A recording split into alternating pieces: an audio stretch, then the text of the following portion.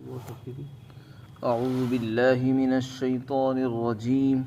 بسم الله الرحمن الرحيم.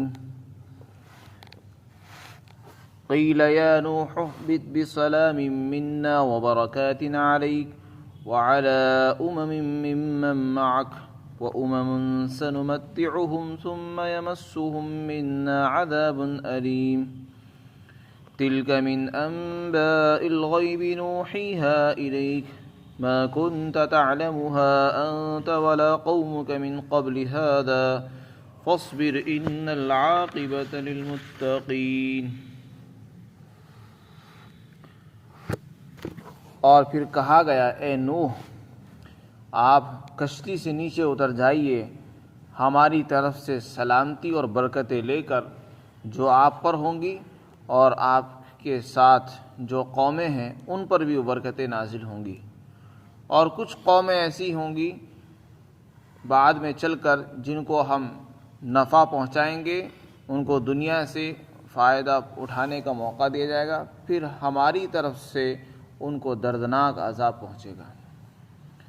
اور یہ پورا واقعہ غیب کی خبروں میں سے ہے جس کی ہم آپ کے پاس وحی کر رہے ہیں، اور آپ کی قوم اس سے پہلے اس واقعے کو نہیں جانتی تھی، لہذا آپ صبر کیجئے اور یقیناً اچھا انجام تو پرہیزگاروں کے لیے ہے. حضرت نوح علیہ السلام کی قوم طوفان نوح میں غرق ہو گئی، اور جو مسلمان تھے، ایمان والے تھے، اللہ نے ان کے لیے کشتی کا انتظام فرمایا اور کشتی کے ذریعے سے ان کو محفوظ فرما دیا. بالآخر جب اللہ کو یہ منظور ہوا کہ یہ طوفان ختم کر دیا جائے، اللہ نے زمین کو حکم دیا کہ اپنا پانی نگل لے، اس نے اپنا پانی نگل لیا. آسمان کو حکم ہوا تو آسمان نے اپنا پانی روک دیا. اس کے بعد جودی پہاڑ پر کشتی رک گئی، لیکن ابھی اس قابل زمین نہیں تھی کہ اس پر چلا جا سکے. تقریباً 1 مہینے تک اسی کشتی میں سوار رہے، اسی میں رہے. جب 1 مہینے کے بعد زمین خشک ہو گئی اور قیام کے قابل ہو گئی تو پھر اللہ کی طرف سے حکم ہوا حضرت نوح علیہ السلام کو اور تمام مسلمانوں کو کہ آپ کشتی سے نیچے اتر جائیے. اور نیچے اترنے کے ساتھ ساتھ 2 چیزیں یہاں پر خاص طور سے ذکر فرمائی، ایک تو سلامتی کی دعا اور دوسرے برکتیں. یہ فرمایا کہ تم جو اتر رہے ہو سلامتی لے کر اترو، ہماری طرف سے تم سلامت رہو گے، محفوظ رہو گے. اب کسی دشمن کا کوئی خوف اور خطرہ نہیں ہے. جو دشمن تھے جن سے تم کو تکلیفیں پہنچتی تھی وہ سب ختم ہو چکے. اب سلامتی اور امن، اور دوسری چیز برکتیں.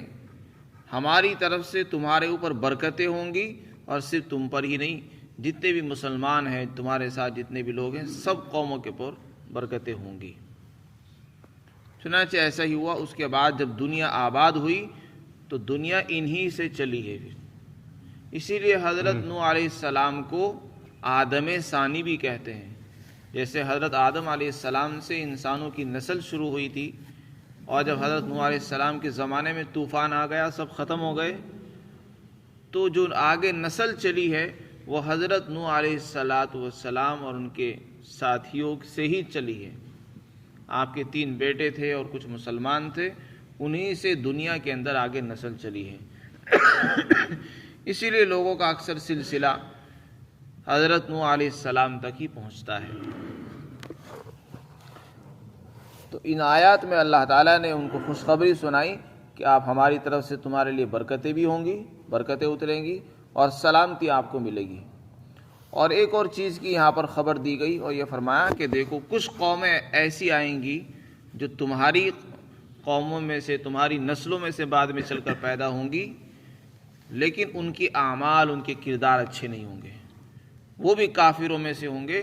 اس لیے کچھ وقت تک کے لیے ان کو دنیا سے لطف اندوز ہونے کا موقع ضرور ملے گا، لیکن بعد میں چل کر انجام کار ان کو ہماری طرف سے دردناک عذاب کا سامنا کرنا پڑے گا.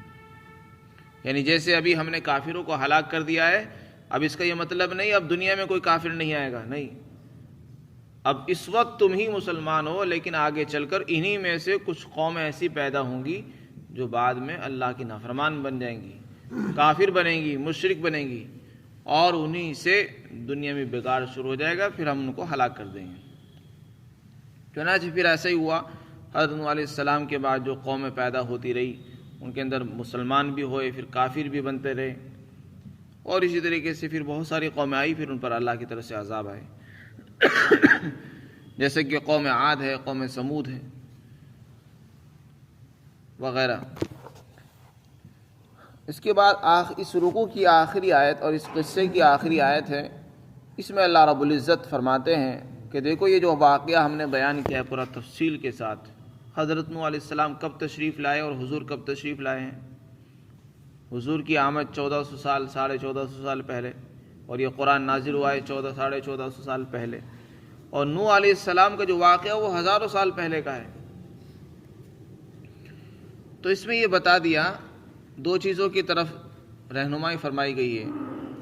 سب سے پہلی چیز تو یہ بتائی کہ نوح علیہ السلام اور ان کی قوم کا جو واقعہ ہے، طوفان آنے کا جو واقعہ ہے، وہ ہزاروں سال پرانا ہے، اور حضور صلی اللہ علیہ وسلم نے کسی سے پڑھنا لکھنا نہیں سیکھا ہے، نہ آپ کو کسی نے پڑھایا ہے، اور نہ ہی آپ کو اتنا موقع ملے کہ آپ کسی سے کچھ معلومات حاصل کرتے، اور پھر آپ نے ایک ایسا واقعہ لوگوں کے سامنے بیان کر دیا اپنی زبانی کہ جس کا نہ تو آپ کو علم تھا پہلے سے، نہ آپ کی قوم کو پتا تھا، نہ عرب کے لوگ جانتے تھے، سوائے اہل کتاب کے، اہل کتاب کو معلوم تھا۔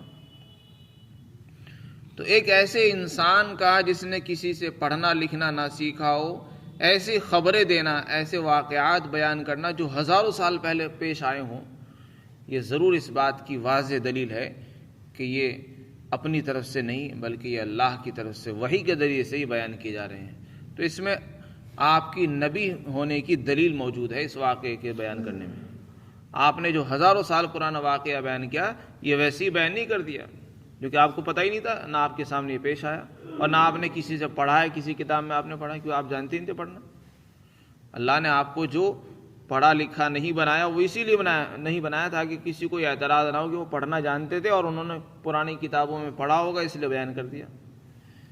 تو اس میں حکمت یہی ہے، اللہ نے آپ کو جو امی رکھا ہے، آپ کا امی ہونا اور پڑھا لکھا نہ ہونا کوئی عیب نہیں ہے، بلکہ یہ آپ کی خوبی ہے، تاکہ کسی کو یہ موقع نہ ملے کہ آپ چونکہ پڑھے لکھے تھے اس لیے آپ نے پرانی آسمانی کتابوں میں دیکھ کر یہ بیان کر دیا ہے، یا کسی سے سن کر بیان کر دیا ہے، یا کسی سے سیکھ کر بیان کر دیا ہے، کسی کو یہ کہنے کا موقع نہ ملے، اور کوئی یہ نہ کہہ سکے یہ قرآن انہوں نے اپنی طرف سے بنا دیا ہے۔ جیسے پڑھے لکھے لوگ ہوتے ہیں اپنی کتاب بنا دیتے ہیں۔ تو یہ فرمایا کہ یہ غیب کی خبر ہے، اور غیب کی جو خبر ہوتی ہے وہ نبی کے پاس ہی آتی ہے، کسی اور کے پاس نہیں آتی۔ تو آپ کا یہ واقعہ ذکر کرنا، اپنی زبان سے بیان کرنا، یہ آپ کے نبی ہونے کی واضح دلیل ہے۔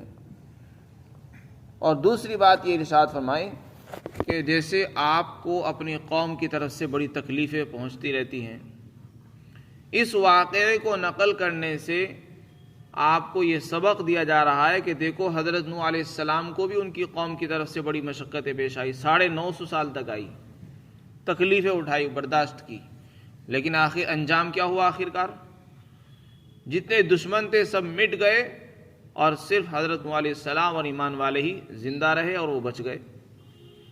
بالکل اسی طریقے سے آپ صلی اللہ علیہ وسلم کو سبق دیا جا رہا ہے اور تسلی دی جا رہی ہے کہ دیکھو آپ کو بھی صبر کرنا چاہیے، جیسے کہ حضرت نوح نے صبر کیا ہے۔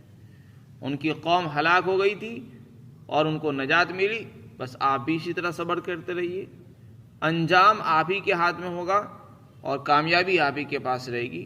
جو دشمن ہیں وہ ایک ایک کر کے نمٹ جائیں گے، اور جو مسلمان ہیں ان کو اللہ تعالیٰ عزت عطا فرمائے گا۔ تو اس میں دو باتوں کی طرف خاص طور سے اشارہ فرمایا جا رہا ہے، ایک تو آپ کا اتنا بڑا واقعہ ذکر کرنا، یہ آپ کے نبی ہونے کی واضح دلیل ہے، اور دوسرے آپ کو صبر کا حکم دیا جا رہا ہے، کیونکہ صبر کرنے سے کیا ہوگا کہ جو آپ کا اچھا انجام ہوگا وہ آپ کو ملے گا، اور جو دشمن ہوتے ہیں وہ ہلاک ہو جاتے ہیں۔ فرماتے ہیں قیل، کہا گیا اے نوح علیہ السلام آپ کشتی سے نیچے اتر جائیے، ہماری طرف سے سلامتی اور برکتیں لے کر جو آپ پر ہوں گی، جو برکتیں آپ پر نازل ہوں گی، اور آپ کے ساتھ جو قومیں ہیں اس وقت ان پر بھی وہ برکتیں ہوں گی۔ پھر آگے فرمایا اور کچھ قومیں ایسی ہیں جن کو ہم فائدہ پہنچائیں گے، دنیا سے لطف اندوز ہونے کا ان کو موقع ملے گا، لیکن پھر بعد میں چل کر ہماری طرف سے ان کو دردناک عذاب پہنچے گا۔ یہ ایک پیشین گوئی فرمائی جا رہی ہے کہ آئندہ چل کر حضرت نوح علیہ السلام کی قوم، ان کی نسلوں میں کچھ کافر بھی پیدا ہوں گے۔ آگے فرمائے یہ واقعہ غیب کی خبروں میں سے ہے جس کی ہم آپ کے پاس وحی کر رہے ہیں، اور آپ اس واقعے کو نہیں جانتے تھے اور نہ آپ کی قوم اس سے پہلے اس واقعے کو جانتی تھی۔ جب آپ نہیں جانتے تھے اور آپ نے اس کو بیان کر دیا تو یہ آپ کے نبی ہونے کی دلیل ہے۔ دوسری بات فرمائی تو آپ صبر کیجئے، جیسے حضرت نوح علیہ السلام نے صبر کیا، صبر کرنے سے ان کو نجات ملی، دشمن ہلاک ہوئے، اسی طرح۔ کیوں؟ اس لیے کہ عاقبت، انجام جو ہوتا ہے وہ تو متقی لوگوں کے لیے ہی ہوتا ہے، انہی کو ملتا ہے۔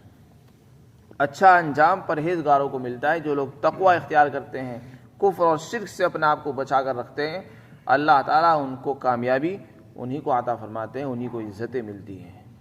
اللہ تعالیٰ ہم سب کو عمل کی توفیق نصیب فرمائے۔